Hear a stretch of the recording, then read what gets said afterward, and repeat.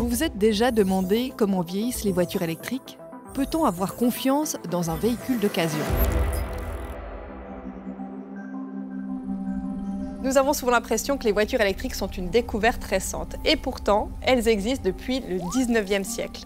Mais ce n'est qu'à partir de 2015-2020 qu'elles connaissent un véritable essor qui a entraîné d'importantes innovations jusqu'à aujourd'hui. Voici quelques progrès de ces dernières années. Des batteries de plus en plus performantes, avec une autonomie pouvant aller jusqu'à 600 km pour plusieurs marques. La Tesla modèle S est passée de 60 kWh pour son premier modèle à 95 kWh aujourd'hui. Et la R5 à 52 kWh contre 22 kWh pour la Zoé en 2017. Les batteries ont aussi une meilleure durée de vie et coûtent moins cher. La vitesse de charge ne cesse aussi de s'accélérer. Il est désormais possible de charger la batterie de 10 à 80% en moins de 20 minutes sur certains modèles. Se pose alors la question du marché de l'occasion. Vu comme les modèles évoluent rapidement, est-ce que ça vaut vraiment la peine que j'achète une voiture électrique d'occasion? Ne sera-t-elle pas très vite obsolète? Pour répondre à cette question, il faut identifier le nombre de kilomètres parcourus quotidiennement et vérifier que l'état de santé de la batterie corresponde à vos besoins. Pour en savoir plus, on a d'ailleurs consacré un épisode à la batterie. Autre élément à prendre en compte, le système de charge. Il faut avoir en tête que les voitures et les bornes ont des limites en courant et en tension. Parfois, on atteint la limite sur le chargeur, d'autres fois sur le véhicule. Parce que chaque voiture a un système de gestion de charge qui ajuste automatiquement la puissance de recharge pour protéger la batterie.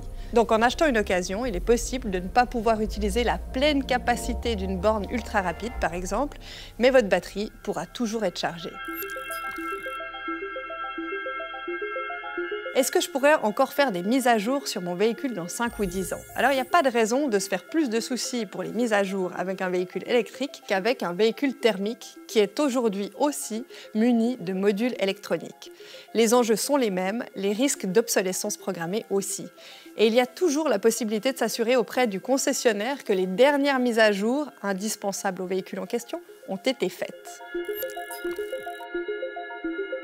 Concernant les réparations des véhicules électriques, vous craignez qu'on ne puisse plus réparer un véhicule d'occasion dans 5 ou 10 ans. A priori, les options seront plutôt grandissantes et les connaissances des garagistes vont aussi s'étendre. Aujourd'hui, il est généralement possible, en mettant le prix, de réparer ou de changer une batterie. Mais avant de changer une batterie, il vaut mieux essayer de la réparer. Même si certains modèles de batteries plus récents utilisent par exemple de la résine pour améliorer l'étanchéité, ce qui rend parfois les réparations plus compliquées. Les autres pièces des véhicules sont aussi réparables. C'est toujours un peu le jeu du chat et de la souris entre constructeurs et réparateurs, explique Alexis Marcadet, cofondateur de ce garage français. Les constructeurs aiment bien mettre des verrous, bloquer certaines actions et empêcher certaines réparations. Mais là aussi, les choses évoluent. Dans ce domaine, Tesla fait par exemple le choix de partager beaucoup de données aux clients, ce qui facilite les réparations. Autre crainte, quand on parle des évolutions de ces prochaines années, c'est que les voitures à pile à combustion à hydrogène détrônent les voitures électriques actuelles. Cette hypothèse semble improbable. Même si la technologie existe, elle fait face à de nombreux obstacles. Les coûts élevés de développement et de production, la gigantesque quantité d'électricité nécessaire à la fabrication de l'hydrogène, le manque d'infrastructures adaptées, comme les stations de distribution. Il faut vraiment d'importantes normes de sécurité vu que l'hydrogène est très inflammable. De plus, les fabricants ont décidé d'investir dans les voitures électriques, c'est donc aussi devenu de plus en plus difficile de pénétrer ce marché-là. Conclusion, oui, ça va toujours plus vite et il y aura toujours un modèle meilleur qui va arriver. Mais de nombreux véhicules d'occasion tiennent la route au niveau de la technique, de la recharge et des logiciels.